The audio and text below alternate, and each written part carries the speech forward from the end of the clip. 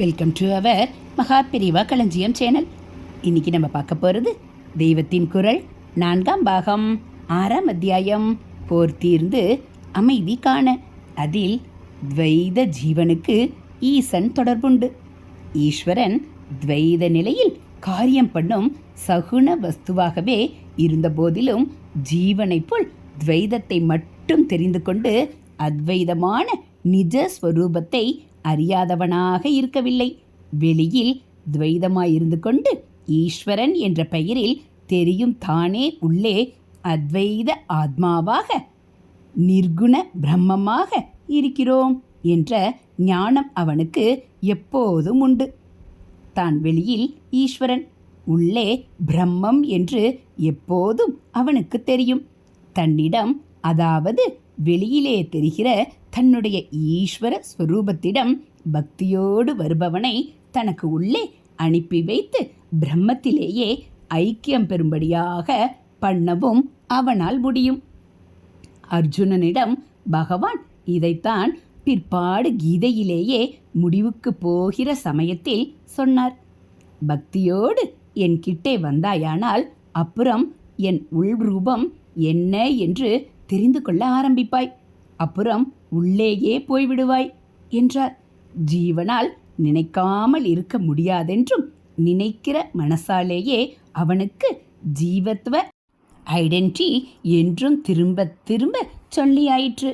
நினைப்புக்கு அதீதமான ஆத்மாவை நினை என்றால் ஜீவனால் முடியாது. இந்த இடத்திலேதான் ஈஸ்வரனை நினை என்பது. ஜகத் வியாபார காரியம் பண்ணும் துவைத நிலையிலுள்ள ஈஸ்வரனை ஜீவனின் துவைத மனசால் நினைக்க முடியும். ஆத்மாவுடன் தொடர்பு கொள்ள முடியாத ஜீவன் ஈஸ்வரனோடு தொடர்பு கொள்ள முடியும். ஜகத் வியாபாரம் என்கின்ற மகா பெரிய விளையாட்டையும் அதை விளையாடும் மகா பெரிய சக்தியையும் பூரணமாக புரிந்து கொள்வதும் அறிந்து கொள்வதும் ஜீவனால் முடியாத காரியம்தான். அதனால் பரவாயில்லை. ஈஸ்வரன் ஜீவனிடம் கேட்பது தன்னிடம் அன்பைத்தான். தன்னை பற்றிய அறிவை அவனிடம் எதிர்பார்க்கவில்லை. ஆனபடியால் உன் அன்பிலே நீ என்னை எந்த ரூபத்தில் பாவித்தாலும் நான் உனக்கு அன்போடு அனுக்கிரகம் பண்ணுகிறேன் என்கிறார். நம் மனசால் எவ்வளவுதான் பிடிக்க முடியுமோ அந்த அளவுக்கு அவனுடைய அகண்ட சக்தியை பிடித்தாலும் போதும். அருள் செய்கிறேன் என்கிறார். என்ன அருள் என்றால் அவர் வாஸ்தவத்தில் எப்படி இருக்கிறாரோ அதை நாம் அறிந்து கொள்ளும்படி செய்யும் அருள்தான், ஞான பிரசாதம்தான் ஈசனுடைய பேரருள். அந்த வாஸ்தவ ரூபம் என்பது அகண்ட சக்தனாக இருப்பது கூட இல்லை. அந்த சக்திக்கும் ஆதாரமான அகண்டமான சத்தியமாக இருப்பது தான் என்று காட்டி அப்படிப்பட்ட பிரம்மத்தின் சாட்சாகாரத்தை தருகிறார். அகிலாண்ட சக்தியின் ஆதார சத்தியமாக சொல்லப்படும்போது பிரம்மம் என்பதேதான் ஜீவனின் நிஜ ஸ்வரூபமாக சொல்லப்படும்போது ஆத்மா எனப்படுகிறது என்பதை முன்னேயே பார்த்தோம். அதனால் ஜகத்கர்த்தனான ஈஸ்வரனின் வாஸ்தவ ஸ்வரூபமான பிரம்மத்தை சாட்சாத்கரிப்பதென்பது ஜீவனானவன் தன்னுடைய நிஜஸ்வரூபமான ஆத்மாவை சாட்சாத்கரிப்பதே என்றாகிறது. பரமாத்மா ஜீவாத்மா என்று இரண்டு இல்லை என்று அப்போது ஆகிவிடும். ஆனாலும் ஜீவனுக்கு ஜீவ தசையில் ஆத்மாவை தெரியவில்லை. இதே ஆத்மாவே ஜகத் வியாபாரம் செய்யும் ஈஸ்வரனாயுள்ள போது அந்த ஈஸ்வரன் தன்னை ஆத்மா என்று எப்போதும் அறிந்தவனாக இருக்கிறான். ஜீவ மனசும் துவைதத்தின் பார்ப்பட்டது. ஈஸ்வரனும் துவைத பிரபஞ்ச வியாபாரத்தில் இருப்பவனே என்றாலும் இப்படி ஒரு பெரிய வித்தியாசம் இருக்கிறது. ஜீவனுக்கு ஆத்ம ஞானம் இல்லை. அந்த ஞானம் வந்தவுடனேயே இவனுடைய ஜீவத்துவம் போய்விடுகிறது. ஈஸ்வரனுக்கோ பரிபூரண ஆத்ம ஞானம் சதாவும் இருக்கிறது. அது இருப்பதால் துவைதமான அவனுடைய ஈஸ்வரத்துவம் பாதிக்கப்படுவதில்லை. இப்படி ஒரு பெரிய டிஃபரன்ஸ். ஹரஹர சங்கர, ஜெய் ஜெய சங்கர. அடுத்து ஈசன் ஜீவன், அவித்யை அந்தக்கரணம். இதைத்தான் அத்வைத சாஸ்திரத்தில் சொல்கிற போது ஜீவத்துவம் ஈஸ்வரத்துவம் இரண்டுமே சத்திய ஸ்வரூபமில்லை. ஆனாலும் ஒரே சத்தியம் மாயா சம்பந்தத்தினால்தான் ஈஸ்வரன் ஜீவன் என்ற இரண்டாகவும் ஆகியிருக்கிறது. என்றாலும் இரண்டுக்கும் ஒரு வித்தியாசம் காட்டி டிஃபைன் செய்திருக்கிறது, லட்சணம் கொடுத்திருக்கிறது. அதாவது பிரம்மம் அவித்யோடு சேர்ந்திருக்கிற போது ஈஸ்வரனாக தெரிகிறதென்றும், அந்த கரணத்தோடு சேர்ந்திருக்கும் போது ஜீவனாக தெரிகிறதென்றும் சொல்லி இருக்கிறது. அவித்யை என்பதுதான் மாயை, அந்த கரணம் என்பதே நாம் பொதுவில் மனஸ் என்பது. அதன் அங்கங்கள் மாதிரியான சித்தம், புத்தி, அகங்காரம் ஆகியவற்றோடு கூட இருப்பது. இந்த விஷயம் முன்னேயே பார்த்தோம்.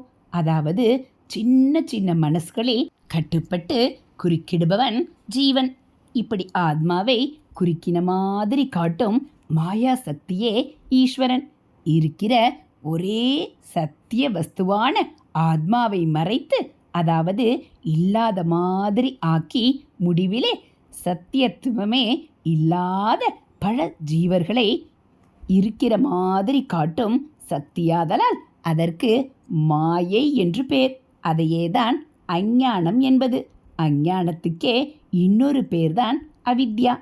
இவற்றுக்குள்ளேயும் ஒன்றுக்கொன்று கொஞ்சம் வித்தியாசம் இருப்பதாக ஒரு அபிப்பிராயம் இருந்தாலும் இங்கே நான் பொதுக்கருத்தை சொல்கிறேன். சத்தியத்தை அறிவதே ஞானம் அல்லது வித்யா. வித் என்றாலும் ஞானம் என்பது போலவே அறிவதுதான். மெய்யறிவே வித்யா.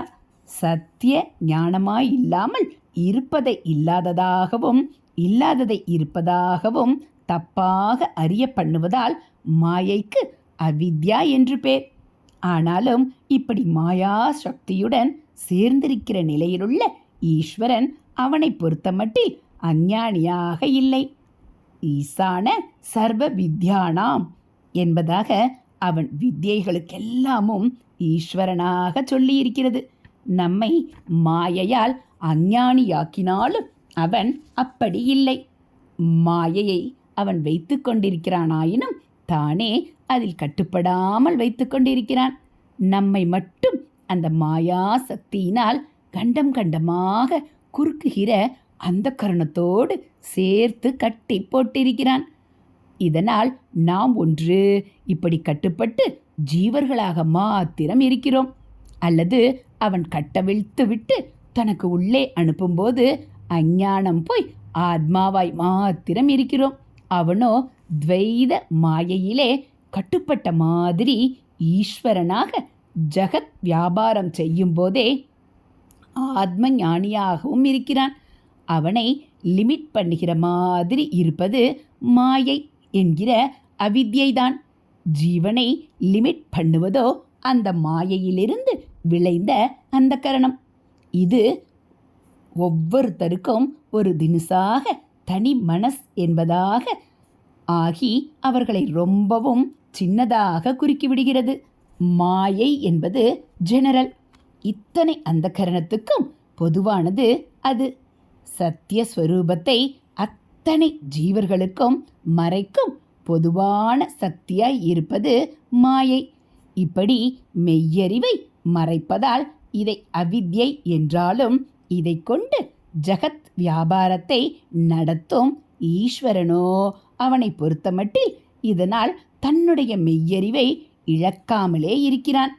இதைத்தான் திருஷ்டாந்தம் காட்டி புரிய வைக்கும்போது, பாம்பின் வாய்க்குள்ளேயே விஷப்பல் இருந்தாலும் விஷத்தால் அது பாதிக்கப்படுவதில்லை.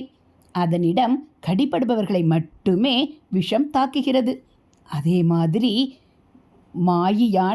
மாயாவியான ஈஸ்வரனை அவனுடைய மாயை பாதிக்காமல் அவன் அதை யாரை குறித்து பிரயோகிக்கிறானோ அந்த ஜீவலோகத்தை மட்டும் பாதிக்கிறது என்று சொல்கிறார்கள்.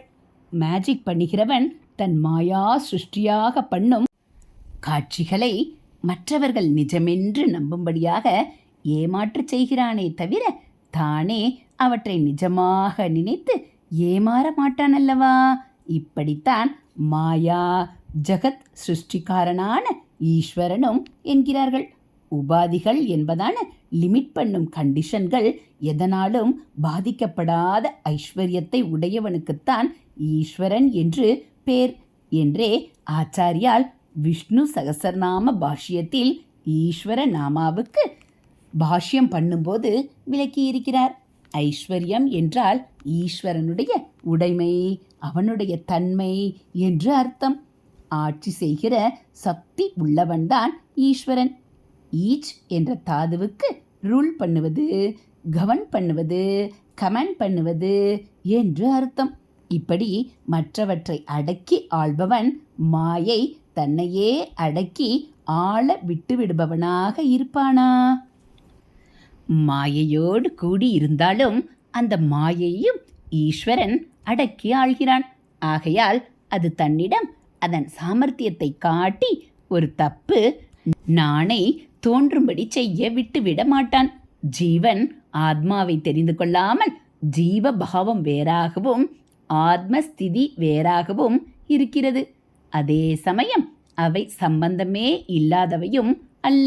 ஆகையால்தான் ஜீவாத்மா என்ற வார்த்தை ஏற்பட்டது என்று பார்த்தோம்.